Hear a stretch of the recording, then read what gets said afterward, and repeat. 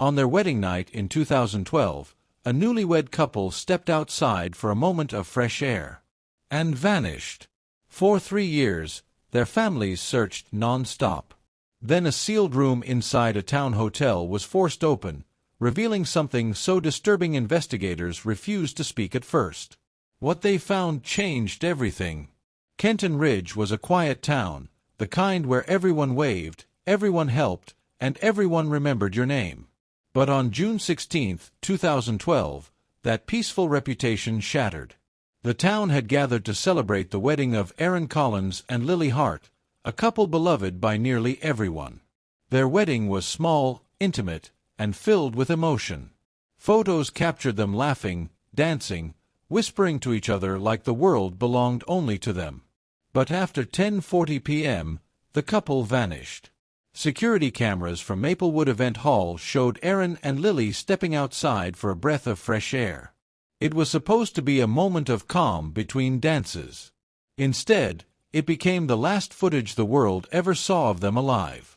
As hours turned to days and days turned into months, Kenton Ridge spiraled with fear and rumors. Some believed it was a runaway plan. Others whispered about jealousy, debts, or revenge. But nothing prepared anyone for what came 3 years later, when a faulty alarm at Riverside Grand Hotel forced maintenance workers to open a sealed, technical room that no employee even knew existed.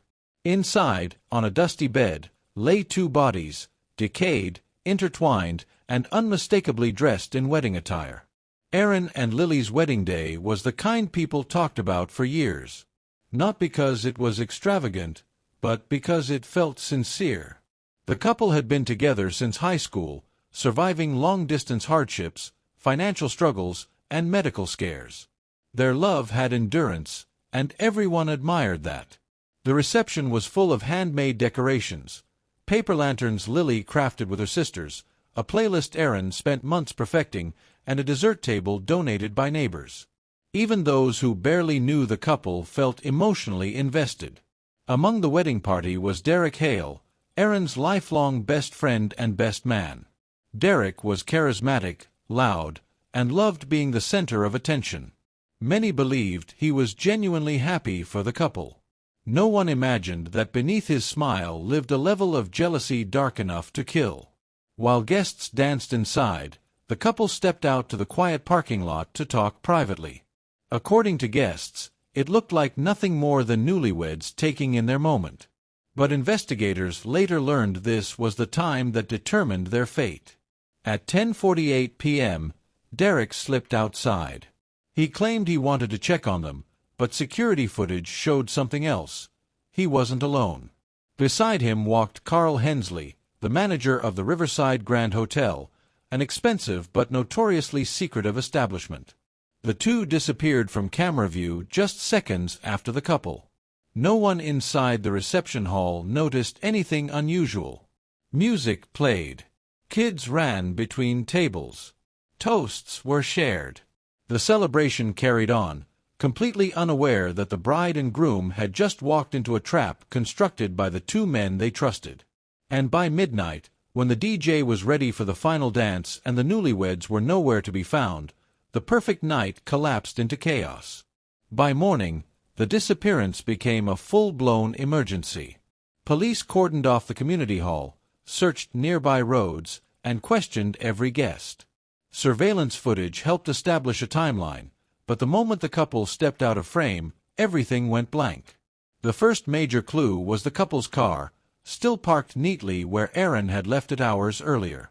Lily's purse remained inside, with her phone and wallet untouched. This single detail shattered the runaway theory. Helicopters scanned the river. Volunteers formed search lines through forests and open fields. Dive teams combed local ponds. Even retired hunters came out with tracking dogs.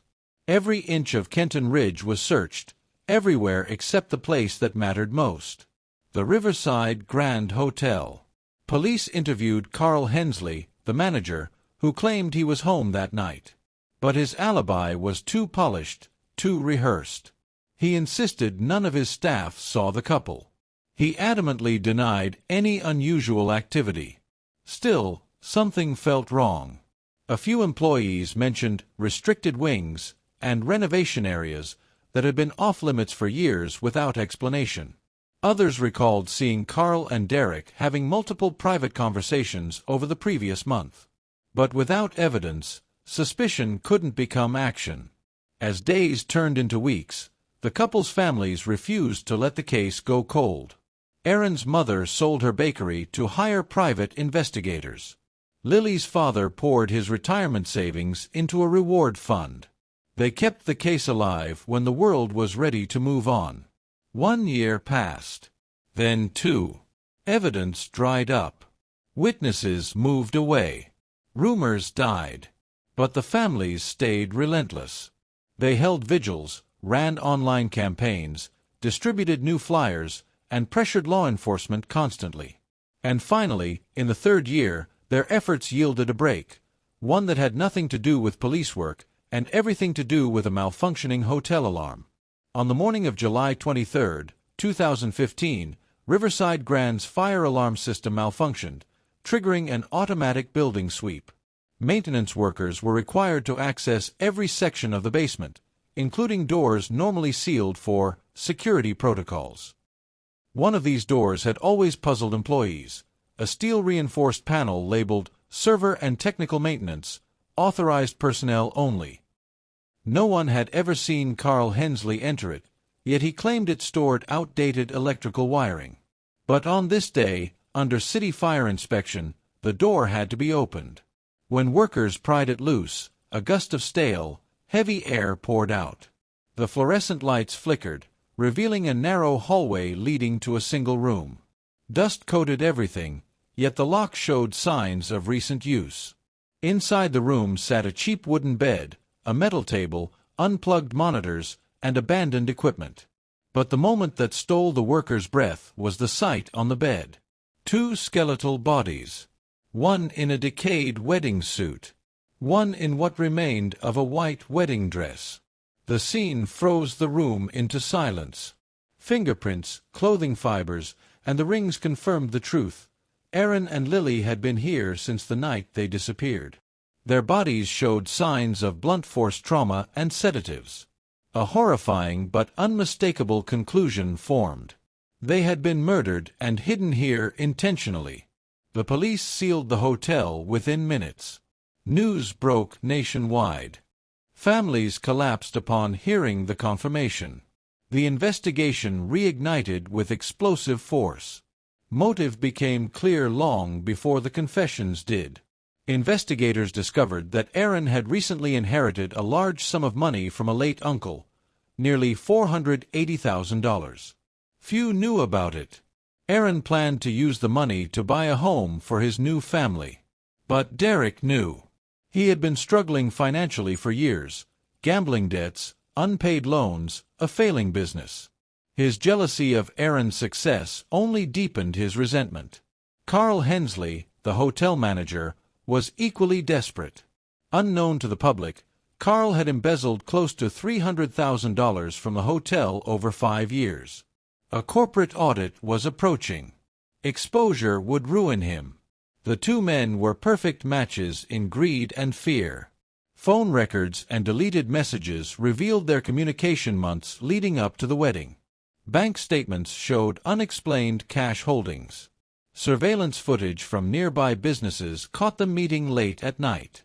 But the most damning evidence came from a hidden USB drive found in Carl's office. On it were blueprints of the sealed tech room, instructions on how to bypass hotel camera logs, and a chilling list labeled Wedding Night, Final Plan. The plan included luring the couple to the hotel, drugging them, placing them in the sealed room, waiting for decomposition to destroy forensic evidence, splitting the inheritance money after forging certain documents. It was monstrous and methodical. Under pressure, Derek cracked first. He admitted to attacking Aaron. He explained how Carl prepared the sedatives and controlled the restricted hallway. He even confessed that they planned to collect the inheritance within months. Carl denied everything, until investigators found his fingerprints inside the sealed room. With motive, opportunity, and evidence stacked against them, the case was airtight. But one question remained. How did they lure the couple away from the wedding? The answer was even more heartbreaking. According to Derek's confession, he approached the couple outside the reception hall at 10:48 p.m., pretending he had arranged a private wedding surprise at Riverside Grand, a complimentary champagne suite upgrade courtesy of the hotel. Aaron hesitated, but Derek played his part expertly. He insisted it was part of the wedding gift, something special and unforgettable. Lily agreed. Aaron, trusting his best friend, followed. Once inside the hotel's back entrance, Carl led them to the basement under the excuse of avoiding the crowd. They walked through dimly lit hallway after hallway until they reached the reinforced door. There, Derek struck Aaron from behind. Panicked and screaming, Lily was injected with a sedative. She collapsed before reaching the staircase. They placed both bodies on the bed inside the hidden room, locking it behind them. Derek later confessed he stayed awake the whole night shaking, terrified, while Carl calmly deleted camera logs and reset entry records. By sunrise, the couple had already been reported missing. The killers had gone about their days normally, attending search efforts, comforting families, and pretending to be devastated. Their performance fooled everyone, until the discovery of the room broke their lies apart. The revelation hit Kenton Ridge harder than any tragedy in its history. The idea that a beloved best man and respected hotel manager plotted such cruelty created a wave of anger the town had never felt before. Memorials appeared outside the hotel. Protesters gathered, demanding demolition of the entire building. Families of other missing persons demanded reopened cases. Some residents petitioned to have Derek's childhood home destroyed. Both families received apologies, sympathy, and donations from across the nation. But nothing eased the pain of learning how their children suffered. The visuals of the sealed room haunted them, two people who should have begun a new life together instead trapped in darkness by betrayal. The hotel was temporarily shut down. The corporation fired its entire regional management team and publicly distanced itself from Carl. During trial hearings, the courtroom overflowed. Reporters camped outside for months. Derek cried through most testimonies, but Carl remained emotionless, staring ahead as if detached from his own crimes. But everything changed on the day the forensic pathologist described the couple's positioning on the bed, hands still lightly touching, as though even in death they tried to comfort each other. The room fell silent. Derek broke into sobs. And Carl's mask finally cracked. After months of testimony, expert analysis, and public scrutiny, the jury delivered its unanimous verdicts. Guilty. Guilty. Guilty. Both men were convicted on multiple counts. First-degree murder, 2 counts. Kidnapping. Conspiracy. Tampering with evidence. Abuse of a corpse. The judge, a stern but fair woman known for her composure, delivered a sentence that would echo across the state. Death penalty.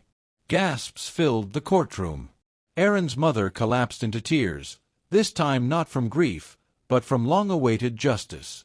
Lily's father gripped the bench so tightly his knuckles turned white. Derek buried his face in his hands. Carl remained rigid, jaw clenched, as though refusing to accept the reality he could no longer manipulate. The courtroom erupted outside. Some citizens felt relief. Others believed death was too merciful. But everyone agreed on one thing. The truth had finally been brought to light. The restricted tech room was demolished a month later. The hotel permanently shut down, replaced by a memorial garden maintained by both families.